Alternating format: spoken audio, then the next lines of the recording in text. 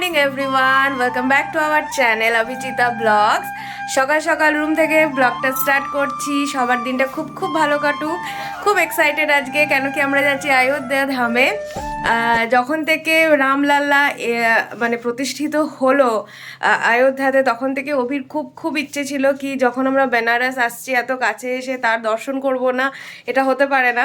কিন্তু আমি একটু ভয় ছিলাম, কেন কি ক্রিস ছোট, এত ভিড় হচ্ছে, বাচ্চাকে নিয়ে একটা ভয় থেকেই থাকে। বাট এখন সব আন্ডার কন্ট্রোল, সব সিস্টেমেটিক হয়ে গেছে। সবাই বললো যে কোনো ভয় নেই, আসলে প্রভুর ইচ্ছে, এত দূর এসছি, প্রভু আমাদের টেনেছে, আমরা তাই যাচ্ছি। তো আমার সাথে সবাই একবার জোরে বলো, জয় সিয়ারাম, জয় শ্রীরাম। ক্রিসকে প্রচুর ওঠানোর চেষ্টা করা হচ্ছে, কিন্তু ক্রিস কিছুতেই উঠতে চাইছে না।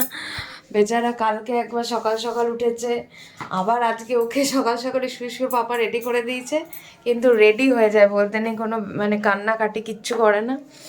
বেচারাকে ডাকতেও কষ্ট লাগছে, এত হেকটিক শিডিউল। মানে বেনারস ঘোরা, পুরী ঘোরা একরকম ছিল বলো, আর বেনারস একদম টাইম টু টাইম গাড়ির ব্যাপার। আর অযোধ্যা এখান থেকে প্রায় কত kilometre? 220 kilometre, up and down ওই 500 কিলোমিটার, মানে অনেকটা রাস্তা। আবার ফেরারও আছে, আমাদের যেহেতু হোটেল বুকড নেই ওখানে। আমরা এখানে স্টপ ওভার দিলাম স্মল ব্রেকে, নাস্তা, চায়, अन्नपूर्णा ढाबा। ভালো ঠান্ডা আছে এখানে, ক্ষেত বেশি না, বেশ ভালো লাগছে। তো আমরা অন্নপূর্ণা ধাবাতে এখন ব্রেকফাস্টের জন্য এসেছি। বাইরে এরকম খাচ্ছি চেয়ারে রোদের মধ্যে। আমরা 4টে আলুর পরোটা আর ইডলি অর্ডার করেছি। তো এখন করবো ব্রেকফাস্ট। ব্রেকফাস্টের পরে মন্দিরের উদ্দেশ্যে আবার রওনা দেব। ক্রিসকে আজকে খাই দিলাম দুধ বিস্কুট। তারপরে আবার যখন আমরা লাঞ্চ করব তখন ওকেও লাঞ্চ করিয়ে দেবো।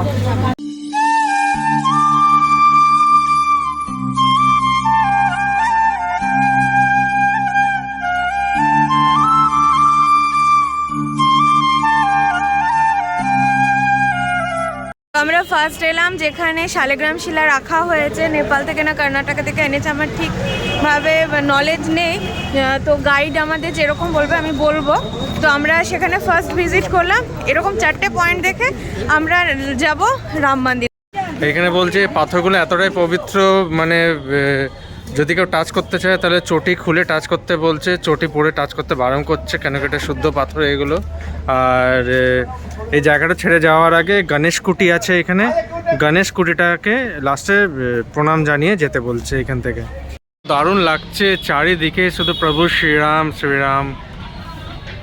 এটা হচ্ছে আমরা দেখে এলাম ওই পাথরগুলোরই এখানে কারখানা, এগুলো নিয়ে মূর্তি তৈরির কাজ এখানেই হচ্ছে। এখানে রামজির ঘন্টা রাখা আছে 13 কুইন্টালের। এখানে আপনাদেরকে চটি খুলতে হবে, চটি আমি খুলে নিয়েছি। আর এখানে ঢুকে এই ঘন্টাটাকে আমরা প্রণাম করব। জয় শ্রীরাম। এই পাথরগুলো সমস্তটা যাবে মন্দিরের কাজে, মানে এই পাথরগুলো দিয়ে পুরো মন্দিরটা সজ্জিত হবে। মানে নিজেকে এত ব্লেসড ফিল হচ্ছে। এখনো 1 মান্থ হয়নি, প্লাস মন্দির ঠিক করে সাজানো হয়নি, তার আগে প্রভুর এত কৃপা যে তাকে আমরা দর্শন করতে পারবো, এটা ভেবেই খুব, তার থেকেও বড় কথা ক্রিস ভীষণ ভীষণ একটা আলাদা রকম ফিলিংস কাজ করছে। দেখো কত স্তম্ভ রাখা আছে, সব মন্দিরে বসবে, সব এখানে তৈরি হচ্ছে। হ্যাঁ, এটা হচ্ছে রাম দরবার আর সীতা রসোই, মানে মা সীতা যেখানে রান্না করতেন।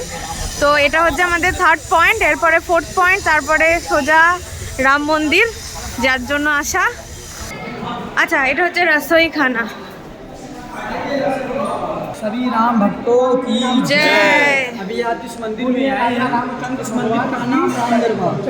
राम जी जनकपुर नेपाल के धनुष तोड़े, शादी करके आए तो पंच गोला पाल के ही को तारी दी। यहीं पे बैठ के सीता की बात की। इस जगह का नाम सीता जी का रसोई घर। पहले भगवान का दर्शन राम दरबार में होता था। जो रिपेयरिंग का काम चल रहा है वो कंप्लीट हो गया, तो फिर इनको वहीं ले जाकर शिफ्ट कर देंगे। রাম দরবার জানকীঘাট থেকে বেরিয়ে টোটো নিতে হবে। টোটোর ভাড়া হচ্ছে 10 টাকা। যদি তোমরা আসো, যদি 20 টাকা বলে, হ্যাঁ পার হেড 10 টাকা। যদি তোমরা আসো 20 টাকা বলে একদম যাবে না, 10 টাকা করে পাওয়া যাচ্ছে, আমাদের গাইডম্যান বলেছে। তো উনি এখন আমাদের টোটো ঠিক করে দেবে। আমরা নেমে গেছি টোটো থেকে, নিয়ে এখন হাঁটছি, কেন পুলিশ ব্যারিকেড আছে, টোটো ঢুকতে দিচ্ছে না। এখন 300 মিটার আমাদের হেঁটে যেতে হবে। আর অভি নিয়েছে কৃষকে। জয় শ্রীরাম। জয় শ্রীরাম। जय श्री राम करो। এই হচ্ছে রাস্তা, এই দিক দিয়ে আমরা এলাম, এবার এইদিকে যাব। চারিদিকে মন্দির, বলছে অযোধ্যাতে 1700 মন্দির আছে। বললো 1 মাস ঘুরেও মানে কমপ্লিট করা যাবে না, এত মন্দির রামনগরী। খুব ভালো লাগছে, খুব ভালো লাগছে, রামভূমিতে এসে অসাধারণ লাগছে।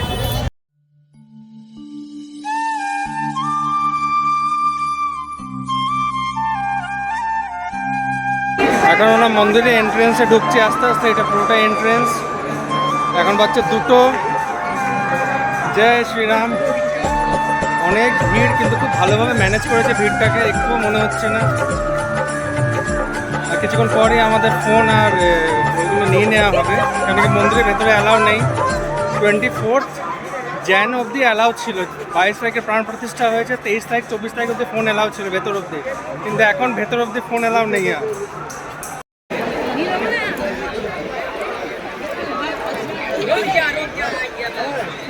আমরা এইমাত্র বেরোলাম রামলাল্লার মন্দির থেকে। ওখানে তো মোবাইল অ্যালাউড ছিল না, মোবাইল ব্যাগ আমরা কিছুই নিইনি।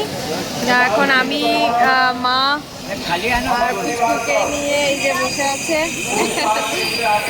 মানে দারুণ লাগলো দেখে, মানে এত সুন্দর সিস্টেম, লাইন করে করে ঢোকাচ্ছে, দর্শন করিয়ে তারপরে একদম লাইন করে করেই বার করছে, ছেলেদের আলাদা মেয়েদের আলাদা। খুব সুন্দর সিস্টেম, খুব সুন্দর। আর দর্শন করার পর মানে এমন ফিলিংস হচ্ছিল, মনে হচ্ছিল যে মানে টিভিতে দেখলাম প্রাণ প্রতিষ্ঠার দিন, সামনের থেকে দেখছি, মানে নিজের চোখকে বিশ্বাস করতে পারছিলাম না, আমি তো ইমোশনালও হয়ে গেছিলাম। আমরা এখন লাঞ্চ ব্রেক তো নয়, মানে 4টে বেজে গেছে, একটু কিছু খাওয়ার জন্য থেকে গেছি। সিঙ্গাড়া খাবো এখন, সিঙ্গাড়া চাট, তাছাড়া কিছু পাওয়া যাচ্ছে না। মিষ্টির দোকান আর জল খাইছিলাম। ফিশের বোতলটা সিকিউরিটিতে রেখে দিয়েছে, জলের বোতল অ্যালাউড নয়, ওই জন্য একটা ছোটো বোতল, ওই জন্য 3-4টে কিনে নিলাম। ক্রিসের সোয়েটারে বমি করে দেওয়ার পরে আমরা এখন ক্রিসের সোয়েটার দেখতে এসেছি। আমাদের আবার পটি করে দিয়েছে, এখন গাড়িতে গিয়ে পটি পরিষ্কার করতে হবে। কিরে আমরা এখন এখানে খাবারের জন্য স্টপ আমরা দিয়েছি, বাবা আসেনি, বাবা খাবে না বললো, আর আমরা সবাই বসে আছি এখানে। ডাকবি আছে, মা আছে, এদিকে মেসো আছে। মেসো গেল ডাকতে, আর মেসো বলছে এখানে গরম দুধ খাবে, দুধের গ্লাস, পুরো ফুল গ্লাস দুধ খাবে। বলে কে খাবে খাবে আমি জানি না, কিন্তু আমি খাচ্ছি। আমরা ঠিক আছে তুমি খাও, কোনো অসুবিধা নেই। কি আমি মেসো বলছিল না গরম দুধ খাবে। আমরা দিলাম মানে 1 প্লেট রাইস, 1 প্লেট সবজি, ডাল, আর খেলো হচ্ছে রুটি, মেশো রুটি, আর সাথে মিক্সড, যেখানে সব ভেজ। আমরা সবাই খুব ক্লান্ত সারাদিন জার্নির পরে, এবার বাড়িতে গিয়ে বিছানাটা পেরে শুয়েছি। ঠিক আছে চলো খেয়ে নেই, খাওয়ার পর কথা হচ্ছে। সো আমরা একটু আগে এলাম, ঝিঙ্কুকে খাওয়ানো হয়ে গেছে। এই দেখো ঝিঙ্কু এখানে বসে আছে, মারা ওইদিকে চলে গেছে ফ্রেশ, আমি ফ্রেশ হয়ে গেছি, মাম্পি ফ্রেশ হয়ে এখন জাস্ট এলো। আর এবার আমরা শুয়ে পড়বো, কেন কি অনেক রাত হয়ে গেছে, প্রায় বাজে 11:30। আর আজকের দিনটা দারুণ কাটলো, রামলাল্লা দর্শন হলো। তা এত কম টাইমের মধ্যে এই যে প্রাণ প্রতিষ্ঠা হলো এই 22শে জানুয়ারি, এখনও 1 মাসও হয়নি। ভাবতে পারিনি যে দর্শন হবে, কেন কি এত হেকটিক জার্নি, জানতাম জার্নির খুব হেকটিক, কেন কি আমরা অযোধ্যা কোনো হোটেল বুক করিনি। আর আমি প্রায় ছেড়েই দিয়েছিলাম আশা, কেন কি আমার ইচ্ছে ছিল, কিন্তু যখন শুনলাম যে এতটাই হেকটিক, তারপর ওরা বলছে না এত ছোট বাচ্চা নিয়ে যাওয়া চলবে না, নিয়ে আমি ছেড়ে দিয়েছিলাম। না এই টাইম যখন হচ্ছে না, ঠিক আছে। কিছুদিন পর ময়ূকদা এমনি আমাকে বললো যে তুমি বারাণসী যাচ্ছ, অযোধ্যা যাবে না। তো এটা আমার মনে হলো যে ঠাকুর আমাকে সিগন্যাল দিচ্ছে যে না, তুমি যখন এসছো এত কাছে, তাহলে আমার দর্শন করেই যাও। তো ওটাকে আমি আর ছাড়লাম না, ওটাকে আমি ধরেই রাখলাম। আলাহাবাদ ট্যুর আমাদের কথা ছিল করার, আলাহাবাদ ট্যুরটা আমরা স্কিপ করলাম, যেহেতু আমরা রামলাল্লা দর্শন করব, সেই জন্য। মন্দিরটা এখনও তৈরি হয়নি পুরোভাবে, পুরো কমপ্লিট মন্দির তৈরি হতে এখনও 6 বছর লাগবে। তো এখন আজকে যা আমরা উইটনেস করলাম, যা দেখলাম, অপূর্ব। যেরকম রামলাল্লার দর্শন সেরকম মন্দির। আজকের ব্লগটা এখানে এন্ড করছি, আশা করছি তোমাদের ব্লগটা ভালো লাগবে। ভালো লাগলে লাইক করবে, শেয়ার করবে, সাবস্ক্রাইব করবে। আজকের জন্য good night, take care, bye by.